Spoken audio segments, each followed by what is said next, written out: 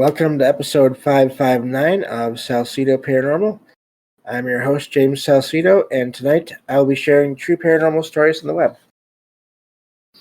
As always, you can find all episodes of the show along with links to social media and other ways to contact me at the podcast page. And that is salsidoparanormal.podbean.com. That's SALSIDO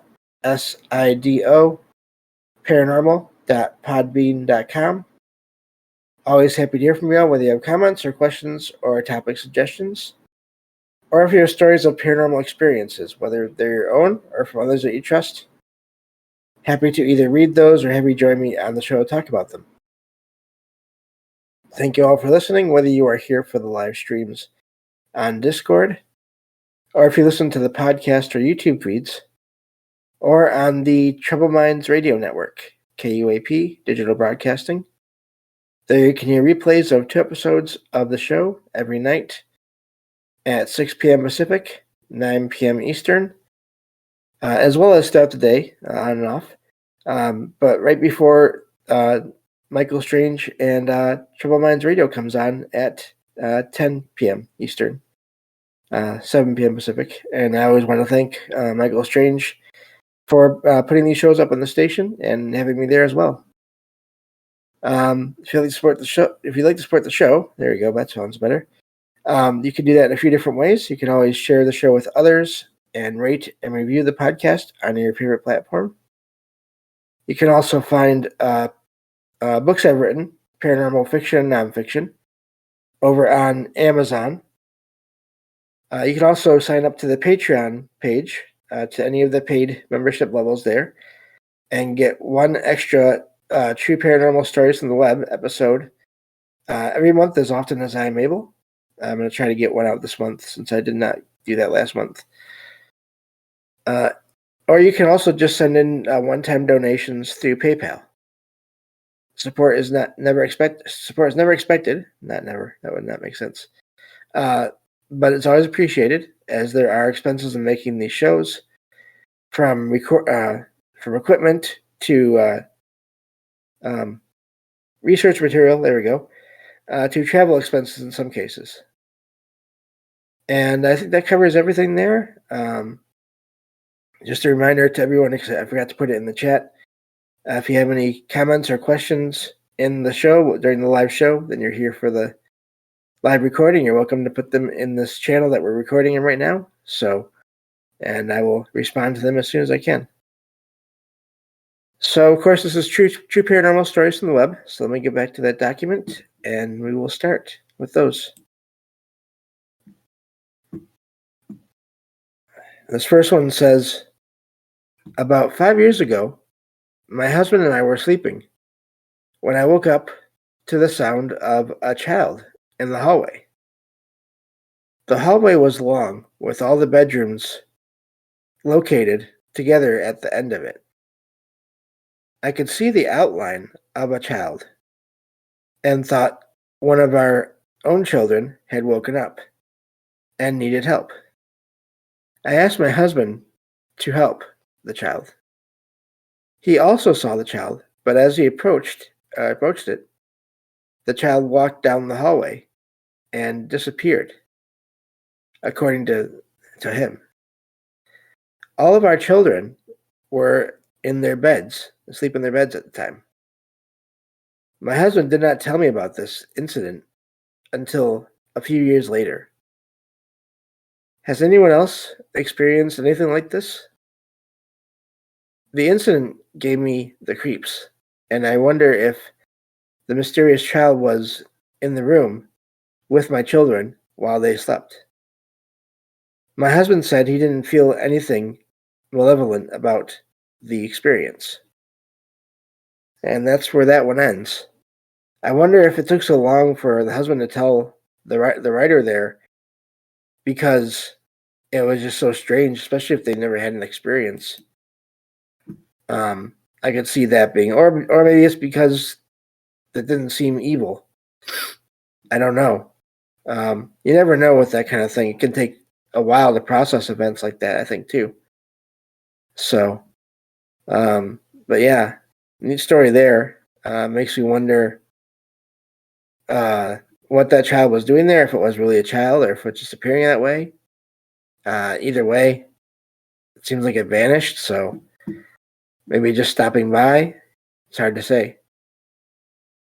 But that's always a question you hear about, and so many people seem to automatically want to lean one way or another, where it's either it is a child and there's some tragic story behind why they're there, or it's some dark evil entity that's trying to trick everyone.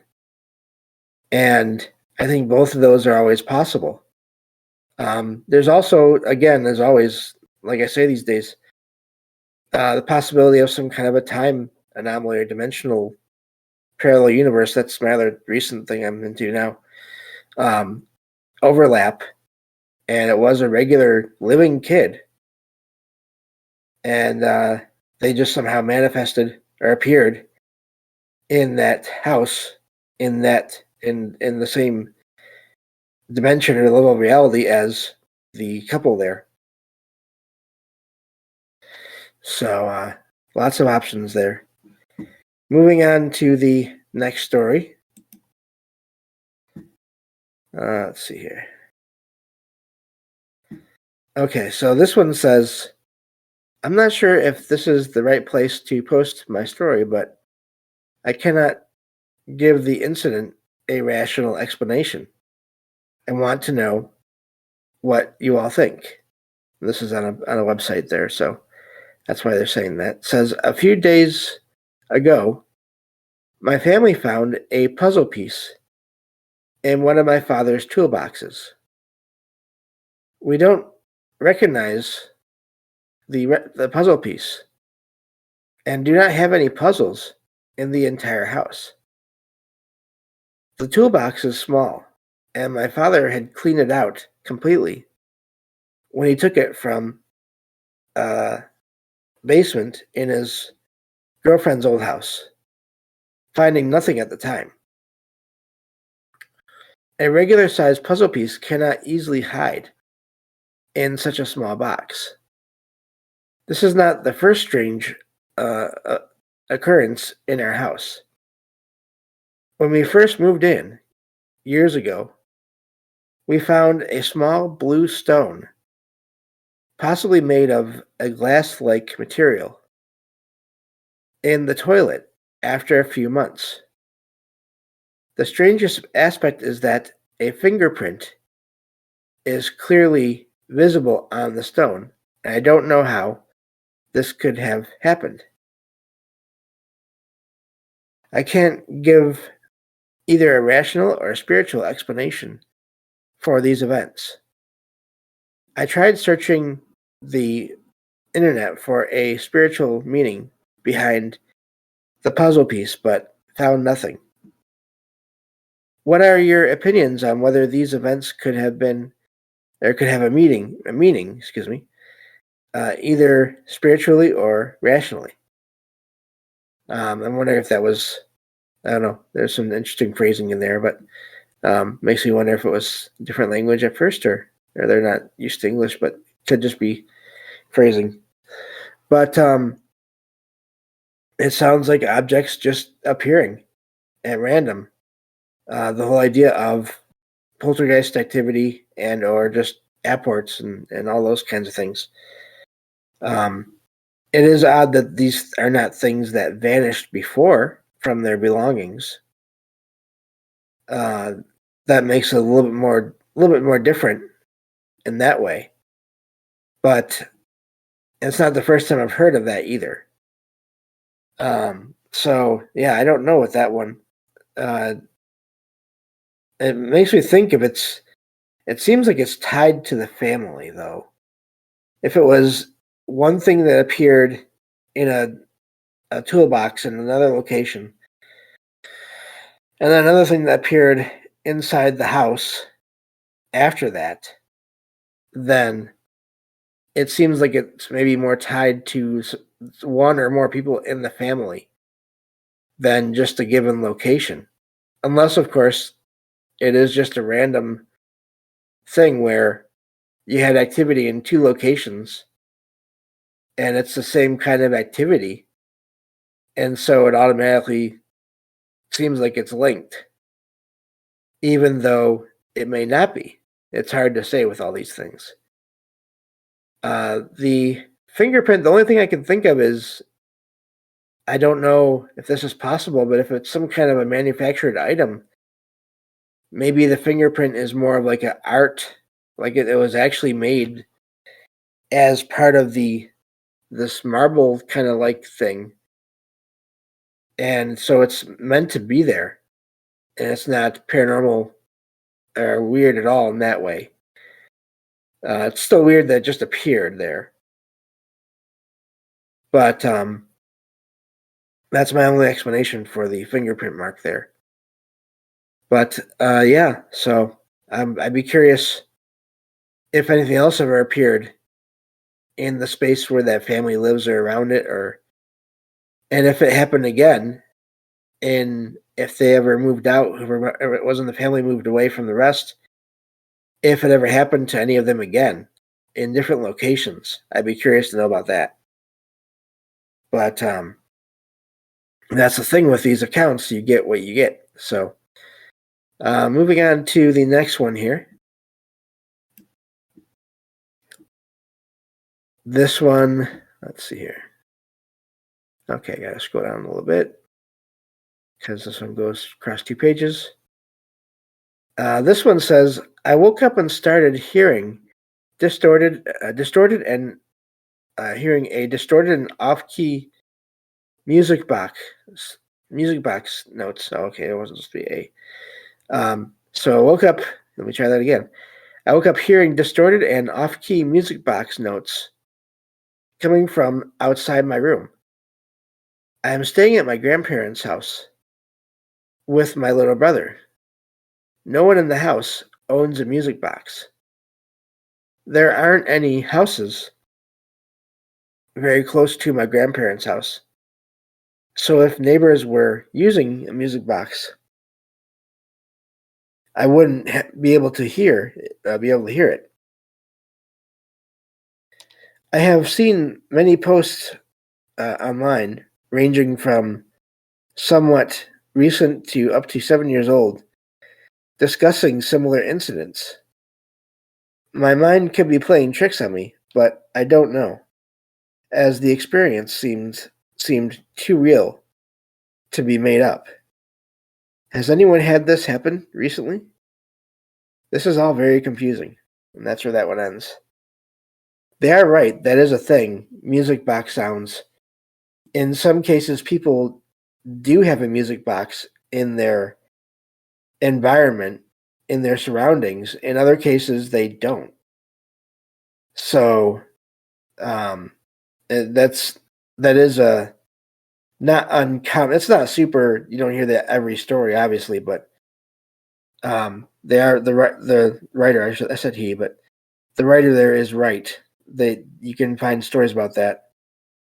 That reminds me, I should probably ask you all, what do you think about maybe once a week, if one of these true paranormal stories from the web shows is sort of topic based or item based, or there's some common thread between all the stories? Because I have figured out how to do that. I just haven't done it yet because I sort of like the random nature of everything. No worries, Derek. Good to see you. I know you're busy, so whenever you're able to show up is amazing. But yeah, I was just mentioning, I'm trying to decide if I want to do one show per week where all the stories have an object or a setting or something in common, or if I don't want to, because I like the random nature of just sharing the stories that I find as they're found in that order. But also, I think a subject-based one could be good. Maybe we'll try that this the next episode, the next True Paranormal Stories from Lab episode. I'll try doing that. I'll try basically a theme-based show, and because I've figured out how to search for things within certain websites using keywords and to find stories there that way. So, yeah, maybe we'll try that and see what you all think of it, and go from there. But so yeah, let me know what y'all think, whether it's here in the live show during the live show, or of course through messages in Discord after, or emails, salsidoparanormal@gmail.com. Just let me know what y'all think about that idea of that. So Derek says, either way, it's cool. I like the topic shows, but it's also fun when the syncs pop up when you randomly get stories. So that's why I will. Yeah, they do. The synchronicities happen a lot. Yeah, no worries, everyone, if you show up late. But yeah, I think maybe I'll try that, and I think that would be good, doing that sort of one show like this where I just share whatever I find, and then one show per week where I sort of make a separate. I have to make a separate document for those stories that that I do that with, where it's all topic based. Otherwise, I can end up sort of overlapping. So anyway, that's just going to sort of the mechanics of the show. But Sunday afternoon, yeah, we'll see. Maybe one of these times. I don't know. I like Sundays are kind of my day off from the week, as I do research and I drop an episode every day, Monday through Thursday, and then I do the recordings, and then also drop an episode every Friday and Saturday. So, but maybe, yeah, we'll see. Maybe the Sunday is when once in a while I'll do that Patreon recording, and y'all can be here for that, and listen to it live. And then if you want to really sign up for the Patreon, then you can do that as well. So we'll see. Lots of options there. Thank you all for weighing in on all that. Getting back to the stories here, and also thank you all for being here.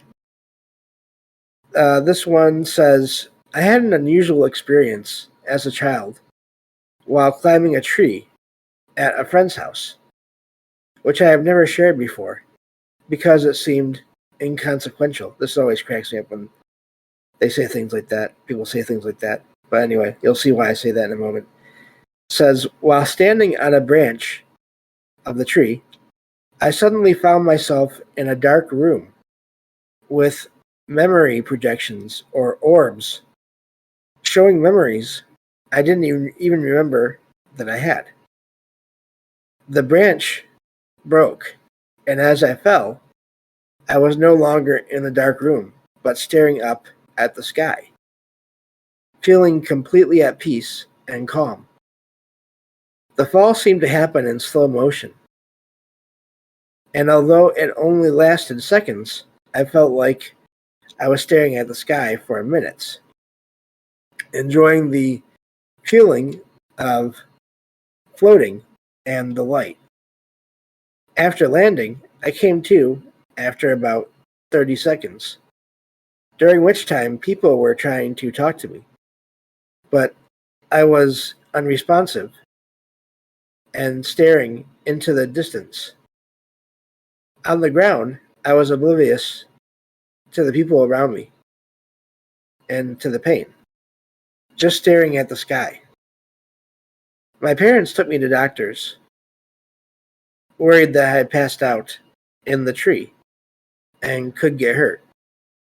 However, I don't believe I passed out, as I can still vividly remember everything.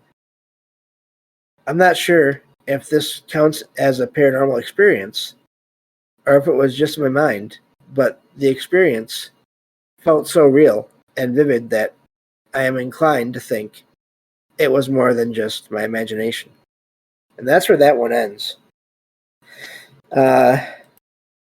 Sounds almost like they went into their own mind somehow. It is odd, though, that it happened usually you sort of hear about that concept of like your life flashing before your eyes when you're after the sort of horrific event has started. But this sounds like it happened. I don't know, unless the branch broke right as the person was seeing this.